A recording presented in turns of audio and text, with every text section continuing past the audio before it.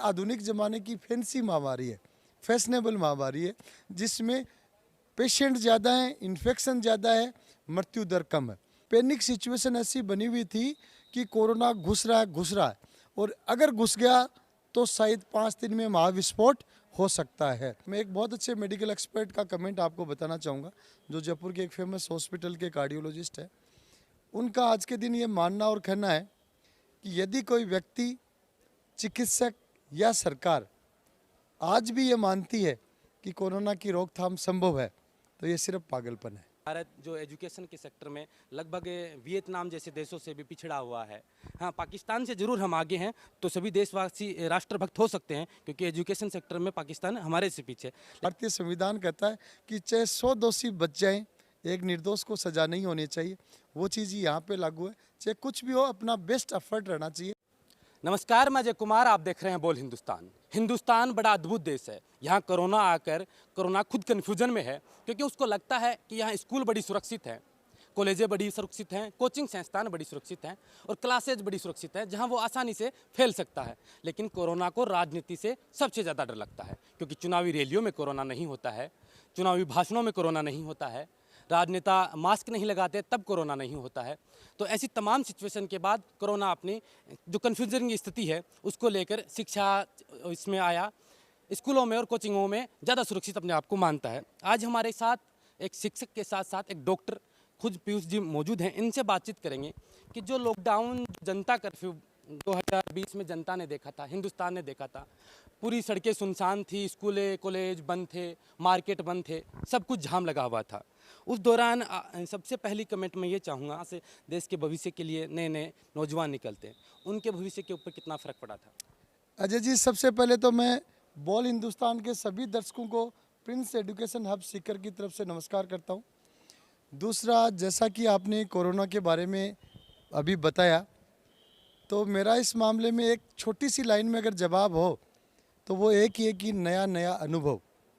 और नया अनुभव जहाँ लिया जाता है वहाँ बहुत सारी चीज़ों में कमियाँ रह जाती हैं और अच्छा भी होता है, साथ में कुछ कमियाँ भी रहती हैं। दोनों का बीच का सामंजस्य अपन यहाँ देखते आ रहे हैं। मैं जो पूछना चाह रहा था वो शायद आप नहीं बता पाए, आपने जो बताया। मैं ये पूछना चाह रहा था कि देश ने पहली बार जनता कर्फ्यू देखा, देश में पहली बार इतने सालों साल तक शिक्षण संस्था, स्कूलें कॉलेजें बंद रही। देश ने ये देखा कि कई दिनों से बच्चे स्कूलों में नहीं जा रहे, उनकी एक एक साल की पढ़ाई ऑफ हो गई है। फिर उनके पास ऑनलाइन का जो प्लेटफॉर्म आया, देश ने वो देखा। उसमें उन बच्चों के भविष्य के साथ क्या खेला गया, कहीं ना कहीं उनके भविष्य को असुरक्षित महसूस कराया इस कोरोना ने, वो इसका प्रकोप बताया। निश्चित रूप से मैं कहना चाहूँगा कि अगर 1 साल 2 साल एजुकेशन से बच्चा टच में कम रहता है तो कैरियर के साथ तो नुकसान है ही है, इसमें कोई दो राय नहीं। लेकिन अपन बात करें तो health is the first priority. तो गवर्नमेंट की तरफ से जो स्टेप लिए जा रहे हैं वो वैसे अपन देखें तो जनता की हेल्थ की फेवर में है। लेकिन पिछले साल भर की स्टडी के अनुसार अपन देखें तो अभी देखने में बार बार परिवर्तित चीज़ें देखने को आ रही हैं कि गो गो, कोरोना के साथ ही जीना है, कोरोना सालों साल रहेगा। ये सब चीज़ें ऑफिशियल स्टेटमेंट जो आ रहे हैं उनको देख के लग रहा है कि निश्चित रूप से जो मैंने सबसे पहले बातचीत शुरू की थी, अनुभव की कमी, ये कोरोना नया नया है, पहला अनुभव लिया जा रहा है और इसी के कारण शायद तरह तरह के निर्णय किए जा रहे हैं। जैसे कोरोना को लेकर अचानक एक घोषणा होती है कि आज से जनता कर्फ्यू लागू हो जाता है, ना आपसे पूछा जाता है, ना बाजार वालों से पूछा जाता है, ना राज्य सरकारों से पूछा जाता है कि स्थिति कैसे है। और एक ऐसा क्रिएशन हो गया कि लोग इससे डरने का माहौल बन गया, क्योंकि कभी इसको धर्म के नाम से बताया जा रहा था कि उस धर्म से आ रहा है, कभी उस समाज से आ रहा है, कि कभी उस वर्ग से आ रहा है। तो इसको डराने धमकाने की स्थिति में मीडिया ने इसको प्रेजेंट किया है कि ये इतना खतरनाक है। हालांकि पता किसी को नहीं था कि ये बीमारी कितनी खतरनाक है, लक्षण कितने, शुरुआती लक्षण नहीं पता था, क्योंकि भारत का इम्यूनिटी पावर ऐसा था कि इसमें लक्षण काफ़ी दिनों बाद दिखता था। तो अचानक ऐसा लॉकडाउन कर देना, फिर शिक्षण संस्थान बंद कर देना, कॉलेजें बंद कर देना, वो कहाँ तक उचित था सरकार को? देखो, जनता से पूछ के हर निर्णय अगर सरकार करे तब तो निर्णय नहीं कर सकती, लेकिन स्थिति को भांप ले। लेकिन अब तक का जो लगभग पिछले साल भर से अपन अनुभव ले रहे हैं उसके हिसाब से पहली चीज़ तो है कि गवर्नमेंट को लॉकडाउन अगर करना था तो बहुत ही स्मूथ वे में किया जा सकता था। शायद स्मूथ वे में करते तो कोई बड़ी विपदा नहीं आती। दूसरी बात, अब महत्वपूर्ण चीज़ अलग ही निकल के आ रही है, और मैं तो पिछले साल भी कहता था, हो सकता है साल 2 साल 4 साल 5 साल बाद ये जो पिछले साल भर का घटनाक्रम रहा या आने वाले साल 6 महीने में जो रहना है उसको उसके बारे में 5 साल बाद में एकदम अपोजिट कमेंट, एकदम अपोजिट रिसर्च भी सुनने को मिले। यानी कि लॉकडाउन फिर सवालों के घेरे में आ जाएगा, क्योंकि फिलहाल भी विपक्ष लॉकडाउन को लेकर सवालों को घेरे में लेता है, सरकार को लपेटे में ले रहा है, क्योंकि वो कह रहा है कि टाइम से लॉकडाउन नहीं हुआ, सही तरीके से लॉकडाउन, जैसा कि आप भी मान रहे हैं कि सही तरीके से मैनेजमेंट नहीं हुआ लॉकडाउन का, अचानक लॉकडाउन की। अब शिक्षा की बात करते हैं, देश में अपने विश्व की बात करें तो लगभग शिक्षा में भारत पहले मैं एक चीज़ जोड़ना चाहूँगा, जैसा कि आपने कहा भाई, आप कह रहे हैं कि सही तरीके से लॉकडाउन नहीं हुआ। मैं कहना चाहूँगा कि उस समय एक बहुत पैनिक सिचुएशन, चाहे वो मीडिया से हो, चाहे विदेशी मीडिया से हो, सुनने से हो, पैनिक सिचुएशन ऐसी बनी हुई थी कि कोरोना घुस रहा है और अगर घुस गया तो शायद 5 दिन में महाविस्फोट हो सकता है।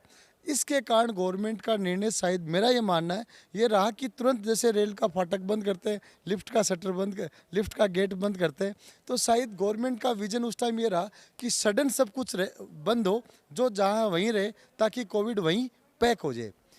अब जो आप इस विजन की बात कर रहे हैं कि सरकार ऐसा सोच रही थी, लेकिन शायद सरकार ऐसा सोच रही थी, लेकिन हमारा मानना है, और हम भी उस गाँव में रहते हैं, अधिकतर भारत के लोग गाँवों में रहते हैं, और ये आप भी मानेंगे कि ऐसी जो घोषणाएं होती हैं कि अचानक भारत बंद और लॉकडाउन लगाया हुआ है, तो गाँवों तक ये सूचनाएं नॉर्मली नहीं जा सकती है, प्रशासन भी उनको कंट्रोल नहीं कर सकता है, और गाँव के अधिकतर लोग शहरों में कमाने के लिए जाते हैं, तो उनको लॉकडाउन बंद लगेगा तो खाने पीने की उनकी सबसे बड़ी समस्याएं का सामना उनको करना पड़ेगा। कम से कम उनको जाने का वक्त दिया हुआ। अपने राजस्थान की बात करें तो कोटाक से यूपी के अंदर बसें लगाई गई थी बच्चों को लाने के लिए लॉकडाउन के दौरान, तो ऐसी स्थिति बन नहीं रही थी, क्योंकि बच्चों को सही तरीके से वो घर पे भी नहीं जा रहे थे, स्कूल भी नहीं लग रही थी, हॉस्टल आपने बंद कर दिए थे, तो ऐसी क्रिएशन बन रही थी, तो कम से कम मैनेजमेंट करना चाहिए था। अब अजय जी, मैं कहना चाहूँगा कि 1 साल पुरानी बात हो गई, इसलिए इस पे बहुत सारे एनालिसिस हो चुके हैं, इसलिए इस बात को ठंडे में बस्ते में डालकर आगे की बात अपन करें तो अच्छा रहेगा। आगे की बात यह है कि भारत जो एजुकेशन के सेक्टर में लगभग वियतनाम जैसे देशों से भी पिछड़ा हुआ है। हाँ, पाकिस्तान से ज़रूर हम आगे हैं, तो सभी देशवासी राष्ट्रभक्त हो सकते हैं, क्योंकि एजुकेशन सेक्टर में पाकिस्तान हमारे से पीछे, लेकिन इसमें इन्वेस्टमेंट सबसे कम है।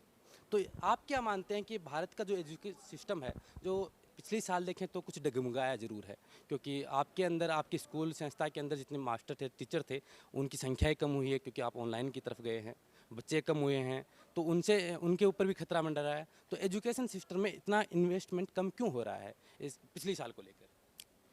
अजय जी, अभी तो पहले बात तो अपन एजुकेशन के इन्वेस्टमेंट की बात करें तो education is the most powerful weapon to change the world. और मेरा मानना है कि इस भारत की स्थिति को अगर कोई सुधार सकता है भविष्य में, तो वो 2 ही चीज़ें हैं। फर्स्ट, पॉपुलेशन कंट्रोल, और सेकंड, एजुकेशन। शायद तीसरी कोई भी चीज़ भारत को उस लेवल तक नहीं सुधार सकती जिस लेवल तक सिर्फ ये 2 चीज़ें सुधार सकती है। इसलिए नो डाउट शायद दोनों ही चीज़ों में काम हो रहा होगा, लेकिन भविष्य में इन दोनों पे ही और ज़्यादा इन्वेस्टमेंट की और ज़्यादा इन पे बेहतरीन करने की आवश्यकता है। अब जैसे आपने कह दिया कि ठंडे बस्ते में डालना चाहिए, लेकिन सवाल वहीं से निकल के आ रहे हैं, उसी लॉकडाउन से। आपने वो 2020 का लॉकडाउन देखा, जनता कर्फ्यू देखा, अब 2021 में वैसी स्थिति दोबारा बनने जा रही है। नाइट कर्फ्यू लग रहा है राजस्थान के अंदर, होटल हैं वो बंद हो रहे हैं। अब अगला टारगेट आप ही हो सकते हैं, शायद फिर से दोबारा स्कूलें बंद हो। आपकी तैयारी कैसी है? हम कम से कम 5-6 महीने पहले तो सोच कर चलते हैं, इसके बारे में भी हमने पूरा सोच रखा, तैयारियां कर रखी। कैसी तैयारी कर रहे हैं? बच्चों को आप कैसे मोटिव कर रहे हैं कि अगर ऐसी स्थिति बन जाएगी तो आपके भविष्य के साथ अब की बार हम खिलवाड़ नहीं होने देंगे? क्योंकि जो ऑनलाइन सेटअप था वो भी, उसमें भी लगाने के लिए कुछ समय लगा हुआ होगा, क्योंकि आप उसमें पहले नहीं होंगे। फर्स्ट थिंग तो ये कि ऑनलाइन सिस्टम, स्कूलिंग की बात करें तो ऑफलाइन को रिप्लेस नहीं कर सकता, लेकिन फिर भी अगर ऐसी स्थितियां बनती हैं तो ऑनलाइन ऑप्शन टाइम पे देना, सिस्टमेटिक तरीके से देना, ये हमारी पहली प्रायोरिटी है। जो जैसे अभी हमने छोटी क्लासेज बंद की है तो उन क्लासेज में हमने ऑनलाइन सिस्टम शुरू कर दिया।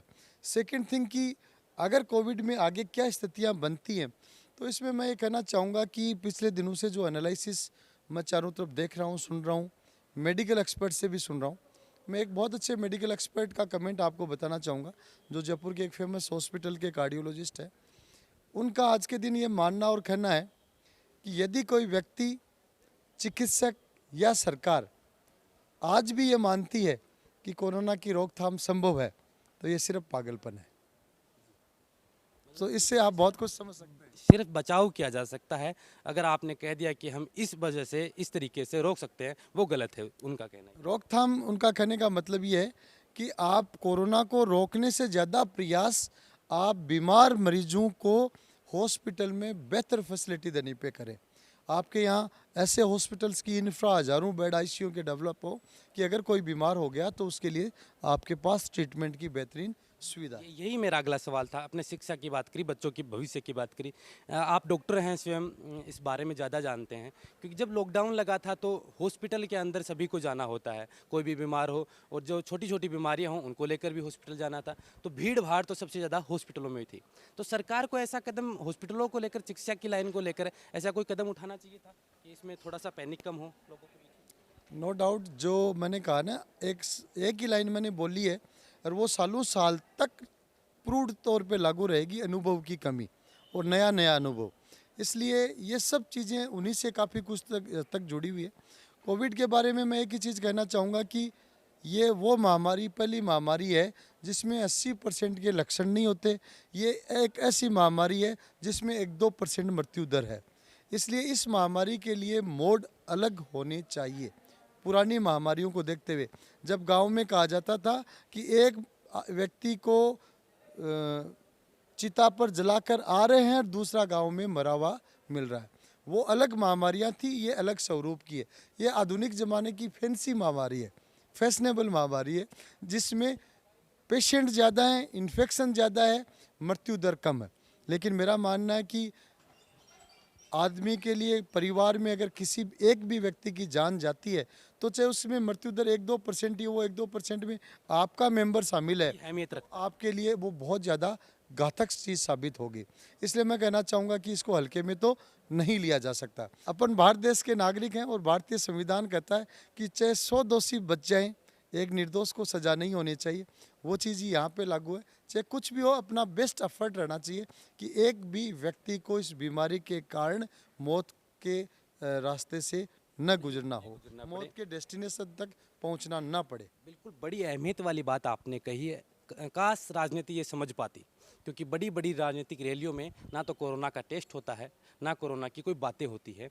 वहाँ आराम से बड़ी बड़ी भीड़ें होती हैं, लाखों की तादाद होती है, चाहे मोदी से लेकर अमित शाह तक हो, चाहे गहलोत से लेकर यहाँ के शिक्षा मंत्री गोविंद सिंह डोटासरा तक हो। हाल ही में उन्होंने प्रोग्राम कराया था, नो मास्क नो एंट्री का कोई एक सिंगल बोर्ड भी नहीं लगा हुआ था। ऐसे माहौल राजनीति में है, और वही लोग हमारे लिए वहाँ संविधान में कानून बनाते हैं, ऐसे नियम बनाते हैं, और हमें बचाने के लिए ऐसे लॉकडाउन जैसे, जनता कर्फ्यू जैसे प्रोग्राम करते हैं। वो उनकी बातें हैं।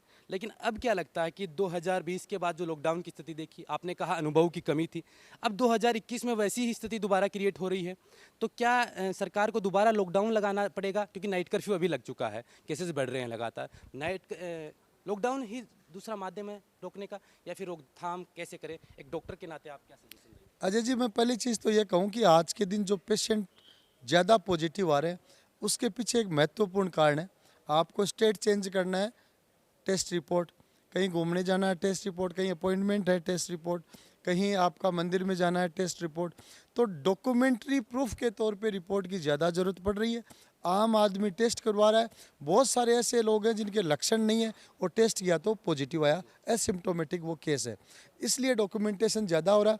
अगर सिर्फ लक्षण वाले लोगों की अपन आज के दिन जांच करें तो ये 1.25 लाख से सीधा 10% पे 10-12 हज़ार पे पर डे आ सकती है।